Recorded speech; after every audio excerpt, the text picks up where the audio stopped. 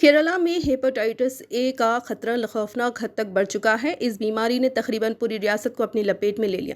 2025 کے آخر تک 31,536 سے زیادہ کیسز رپورٹ ہو چکے ہیں اور تقریباً 82 لوگوں کی اس بیماری کے سبب موت ہو چکی ہے۔ یہ اب تک کی سب سے خطرناک اور خوفناک تعداد مانی جا رہی ہے، جس نے کیرلا میں صحت کی دیکھ بھال کے نظام پر سوالات کھڑے کر دیے۔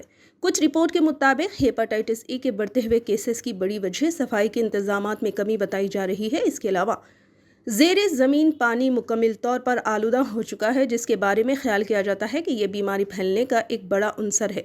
رپورٹ میں کچھ چونکا دینے والے حقائق بھی سامنے آئے ہیں۔ پہلے ہیپاٹائٹس اے زیادہ تر بچوں میں دیکھا جاتا تھا، لیکن حال ہی میں نوجوان اور نوعمر بچے بھی اس کا شکار ہو رہے ہیں، جو کہ سنگین تشویش کا موضوع بن گیا ہے۔ یہ بیماری سیدھے طور پر جگر کو متاثر کرتی ہے۔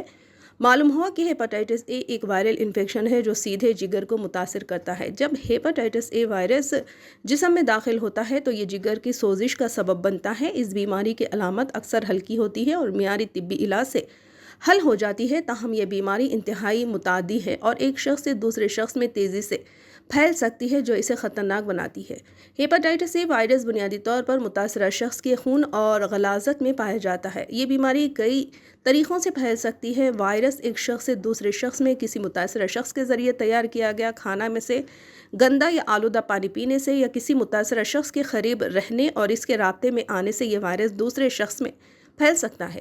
جب یہ وائرس جسم کو متاثر کرتا ہے تو جسم کا مدافعاتی نظام اس سے لڑنا شروع کر دیتا ہے۔ اس دوران مختلف علامات ظاہر ہو سکتی ہے۔